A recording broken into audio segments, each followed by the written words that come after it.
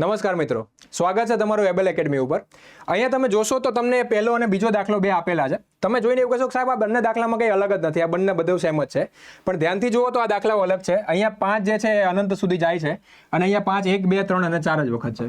તો આવા દાખલા પૂછાય તો એનો સીધો જવાબ કઈ રીતે લખો એ હું તમને શીખવાડું। જો અનંત સુધી કોઈ સંખ્યા જતી હોય તો એનો જવાબ સીધો આ જે અંદર આપેલો એ જ આવે, એટલે આ દાખલાનો જવાબ સીધો 5 થઈ જાય છે। પણ જ્યારે અનંત સુધી નથી જતું ત્યારે એનો જવાબ શું આવશે તો તમારે જોવાનું કે આ 5 કેટલી વખત આપેલા છે, તો 1 2 3 અને 4 વાર આપેલા છે।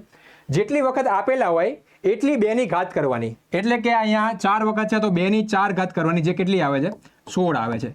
તો હવે આનો જવાબ શું થશે તો 5 ની ઘાત તમારે લખવાની છે, એમાં આ જે 16 આયા એ નીચે લખવાના અને એમાંથી 1 ઘટાડી દો એટલા ઉપર લખવાના, એટલે આનો જવાબ 5 ની 15/16 ઘાત થશે।